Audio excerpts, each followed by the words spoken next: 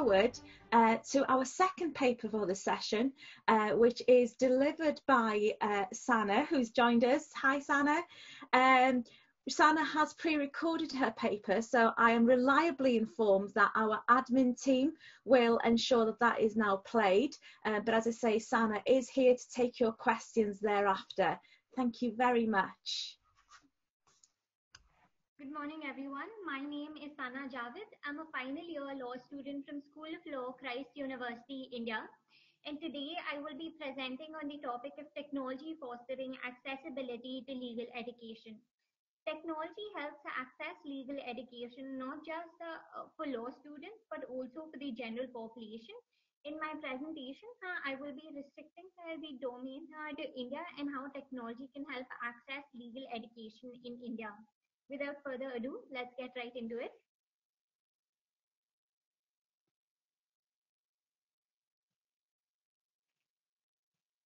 Why is accessibility to legal education important?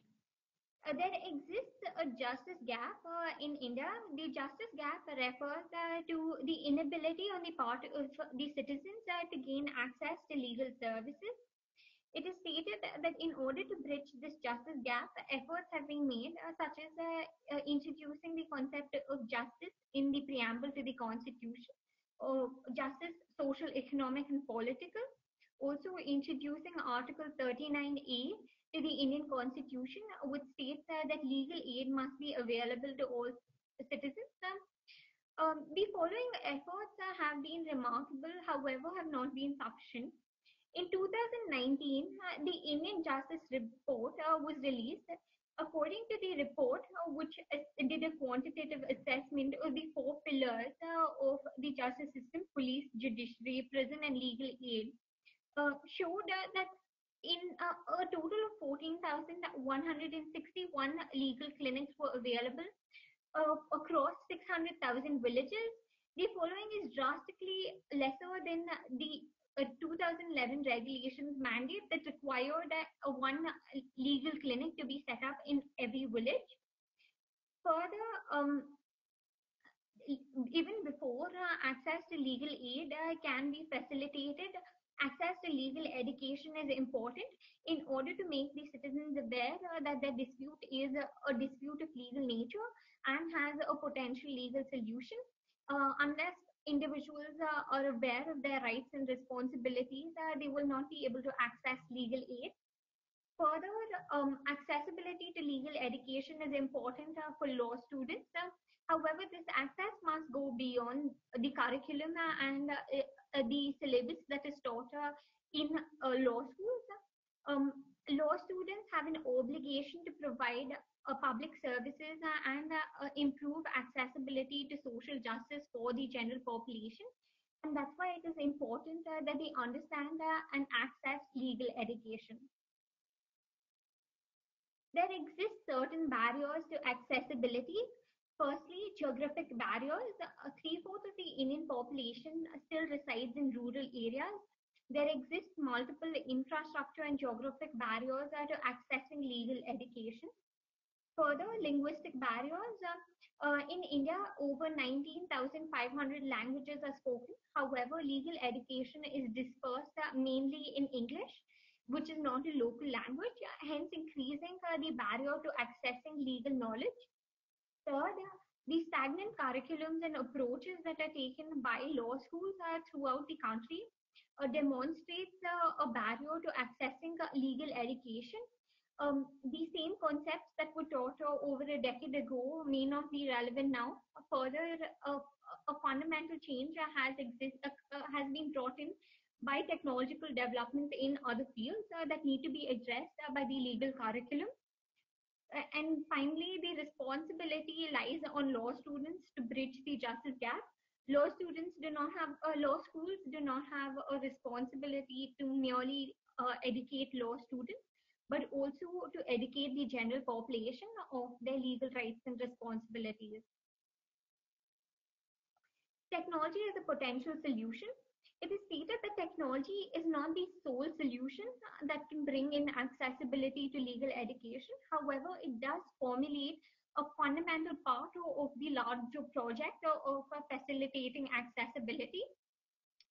Resistance to technology, as has been witnessed in the stream, causes more harm than access to than involving technology in accessing education does.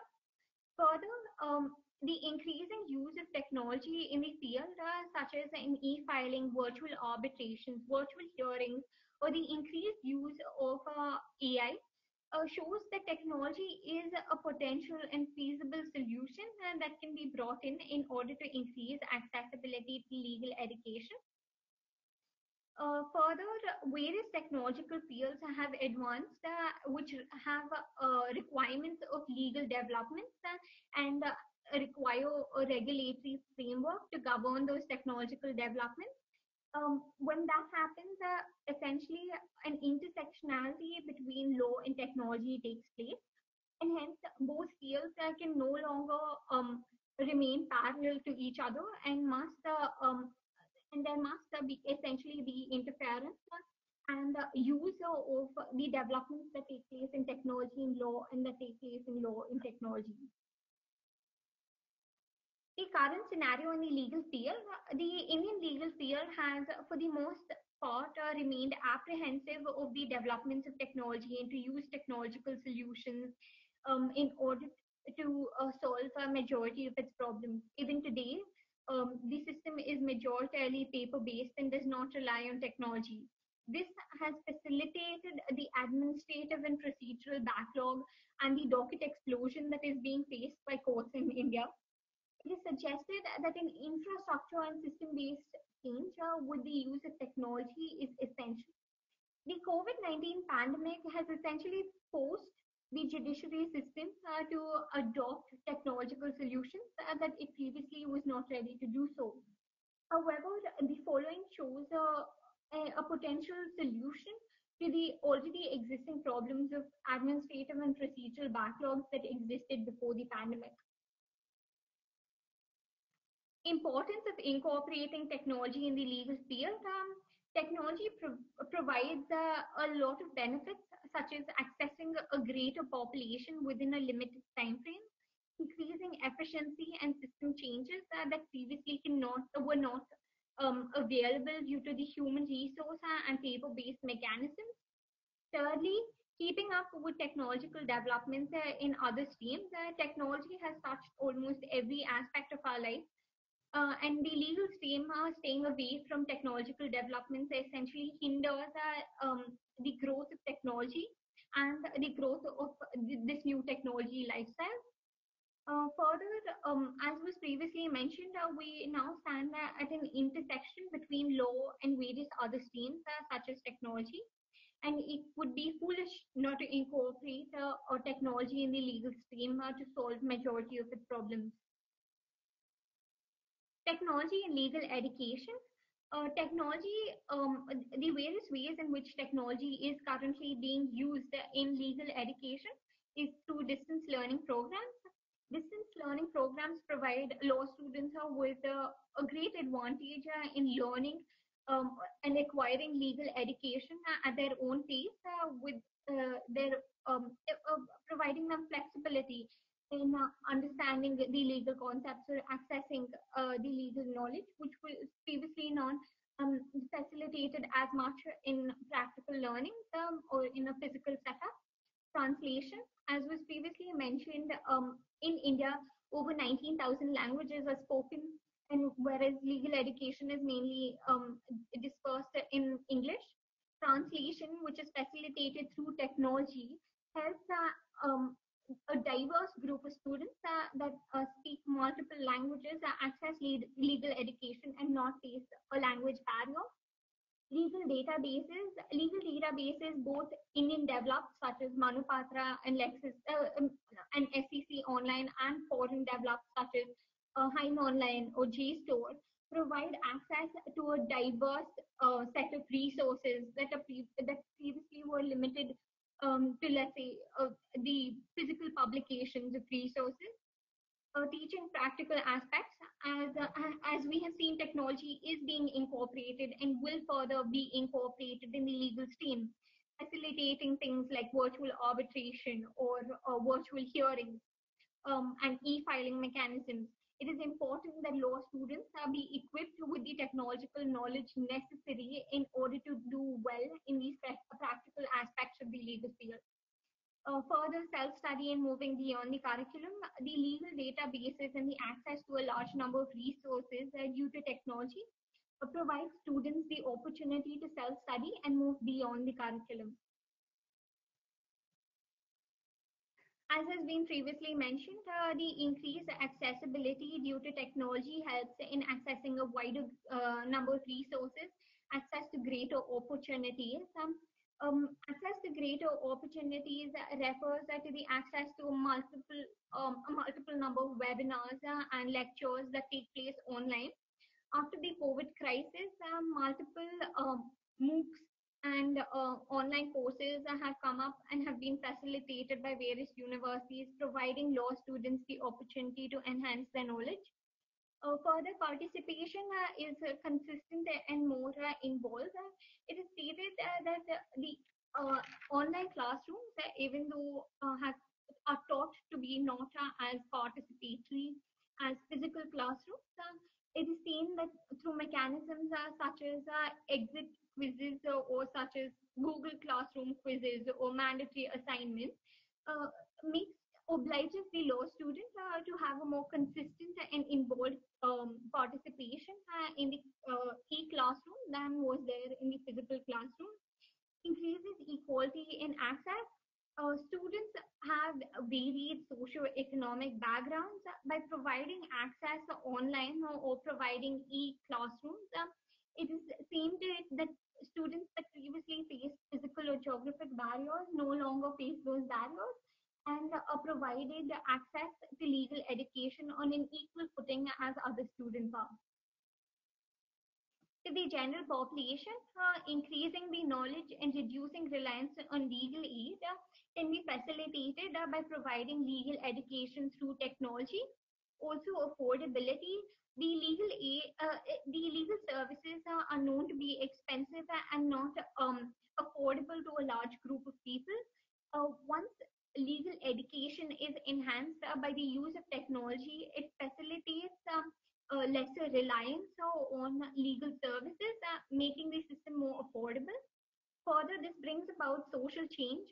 When people are educated about their legal rights and responsibilities, the inequalities that exist in society are reduced greatly. Nudge due to the pandemic. The pandemic has facilitated a large number of changes in the legal system in general and the legal education system specifically. In the legal system, concepts such as e-filing, virtual hearing, virtual arbitration, and client-lawyer communications. So the e-filing system, which previously wasn't as advanced, has become a reality because of the necessity during the COVID-19 pandemic. Virtual hearings and virtual arbitrations are now a fundamental process of the legal system. Also, states such as Kerala and Bombay High Court have developed applications that facilitate live streaming of virtual hearings. This provides the judiciary with greater transparency and helps involve a larger number of people in the justice process, which is essential. Further, arbitration and client-lawyer communications that previously took place in a physical setup and now take place online and meets the convenience of both the client and lawyer or all the parties involved in an arbitration process. Changes in the legal education system. We have essentially moved to an e-classroom setup. It has become the norm. This greatly increases the access to e-resources and to distance learning and MOOCs.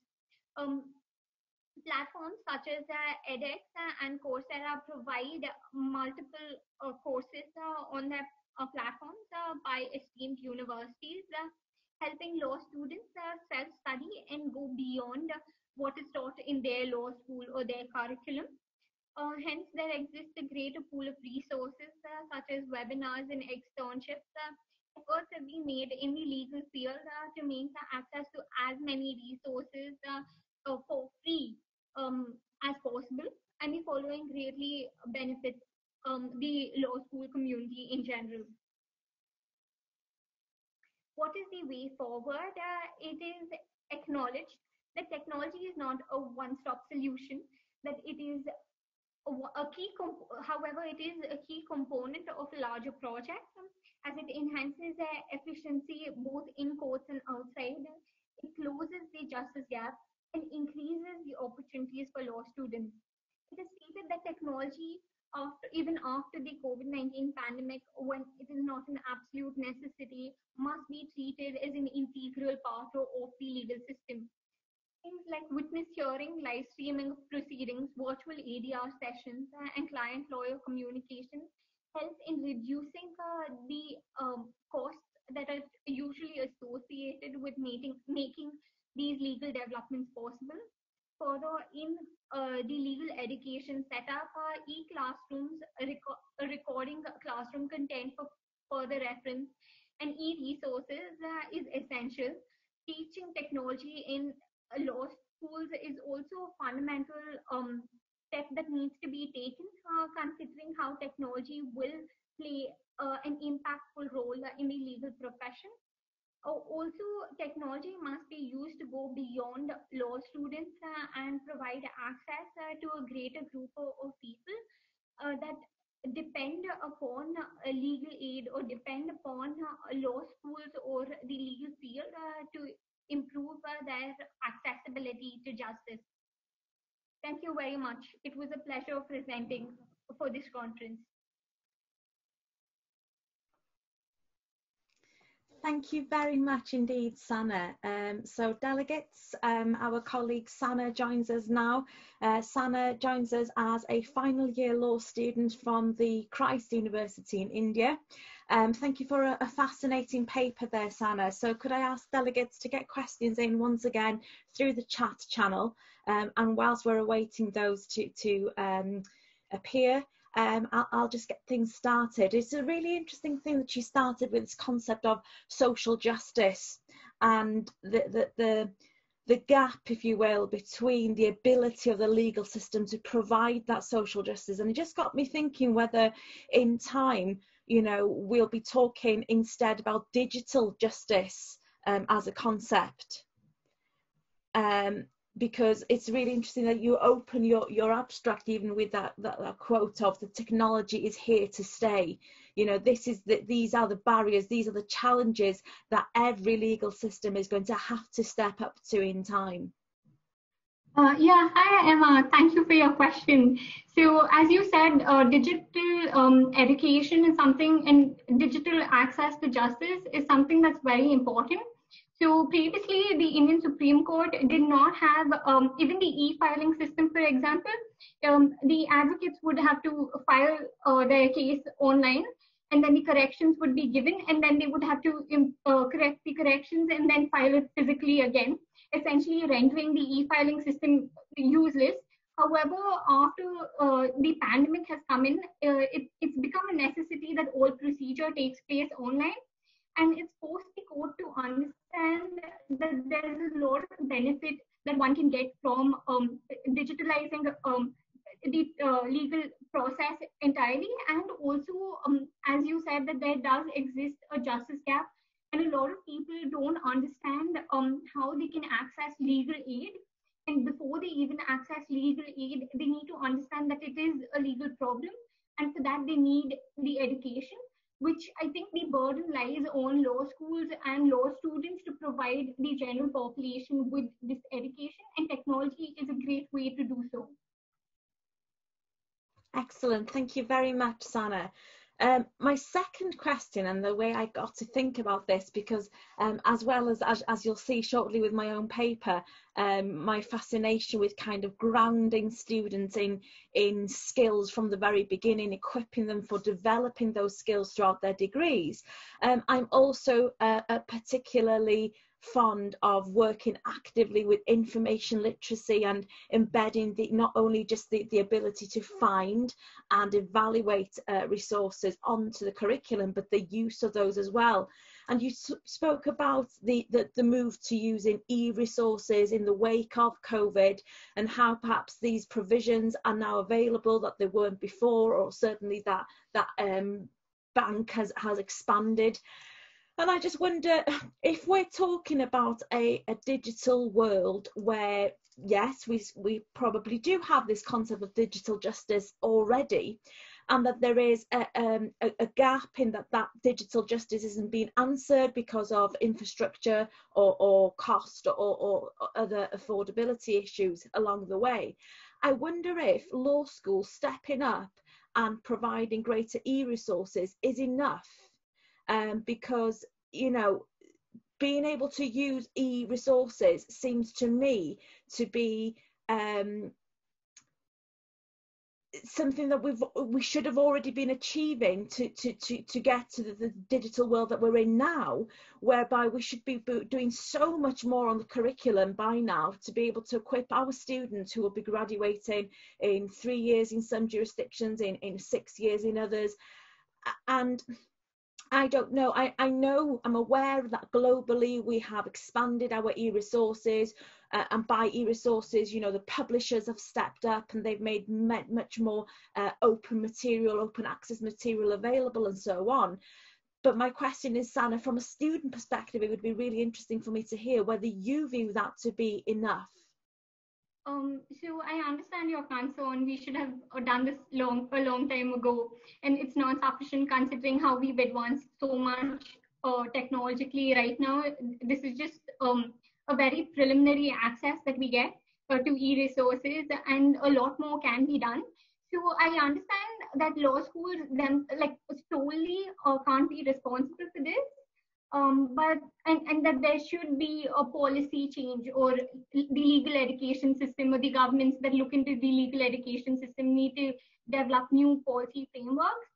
But the burden does lie on the primary stakeholders, that's law students, law teachers, and the law school.